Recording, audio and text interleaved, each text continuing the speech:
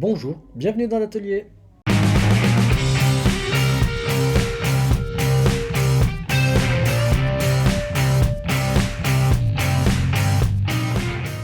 Alors avant de commencer l'observation de cet iris, je voulais juste te faire un rappel. Ces petites vidéos n'ont qu'un but en fait, c'est surtout d'ouvrir l'esprit un petit peu à ceux qui pratiquent l'iridologie, de montrer qu'il y a d'autres visions possibles et ça n'enlève rien du tout à la lecture du terrain, évidemment. C'est des choses qui font que s'ajouter à cela. La lecture du terrain est une chose et la lecture psycho-émotionnelle permet de comprendre pourquoi le terrain est comme ça.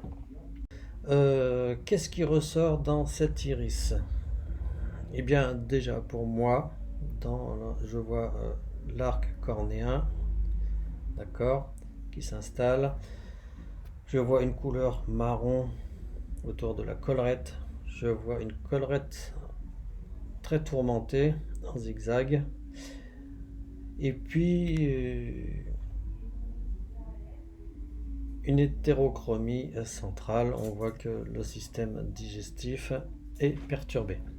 Qu'est-ce que cela veut dire lorsque j'observe tout ça? Eh bien déjà, je peux voir que c'est une personne qui a des principes et qui fonctionne de manière très rigide. L'arc cornéen est un élément qui nous l'indique. On appelle cet anneau l'anneau de détermination. Qu'est-ce que je vois aussi dans le système digestif, cette hétérochromie centrale? Donc le système digestif va parler un petit peu d'estime de soi. Nous allons vers plutôt le sentiment d'être responsable de ce que peuvent penser les autres, de ce qu'ils peuvent ressentir. On se sent coupable. Le cercle marron qu'il y a autour de la collerette me parle de perte de joie. Alors évidemment, si je fais une petite parenthèse sur le terrain, on voit un anneau, on voit l'arc cornéen, on voit la couleur marron, on se dit qu'il y a une prédisposition à l'artériosclérose. La personne est venue avec un bilan sanguin où tout était OK. Donc vous voyez, on est toujours sur des prédispositions, mais pas forcément sur des pathologies. En tout cas, le risque, il y est. Regardez, oui, là, au niveau de cette veine, là, ça me parle d'une inflammation. Il y a un système, il y a quelque chose de réactif au niveau de l'organisme. Et si je prends ça et je le projette, c'est ici, vous voyez, et on voit la collerette qui est bien plus blanche ici, qui ressort, bien plus fluo, je vais dire. Et donc il y a quelque chose là d'inflammatoire. Je vois ce signe de faiblesse. Alors, pourquoi je regarde? Parce qu'en fait, je vois ça et ça, les deux en face, comme ça.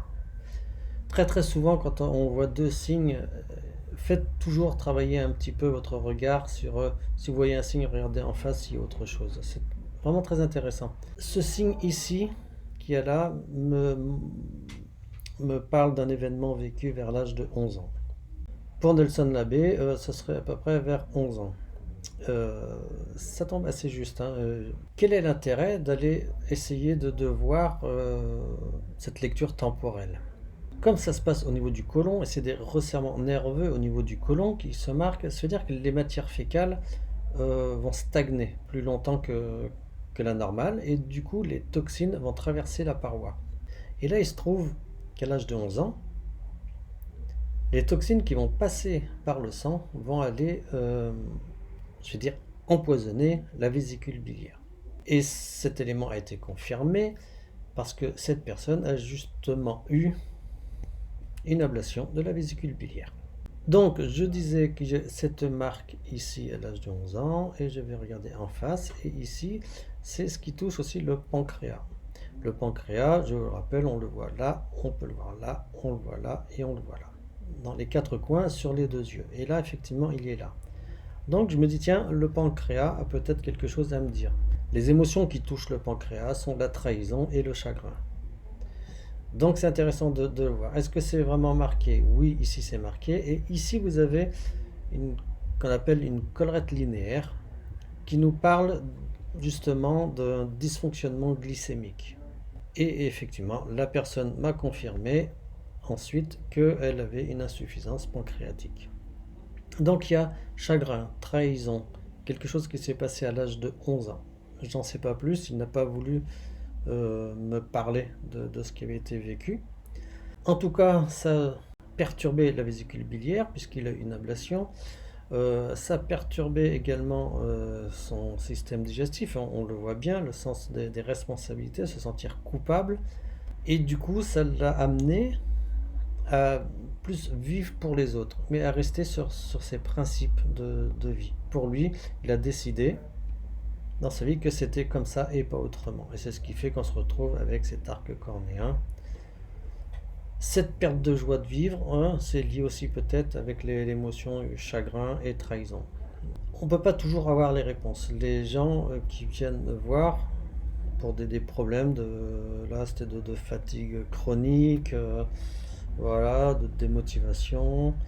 Bon, ben, on peut remonter comme ça à la source, aller voir un petit peu, mais après l'événement, je le mets en avant, comme là à l'âge de 11 ans, mais j'en sais pas plus. Et la personne n'a pas voulu m'en parler.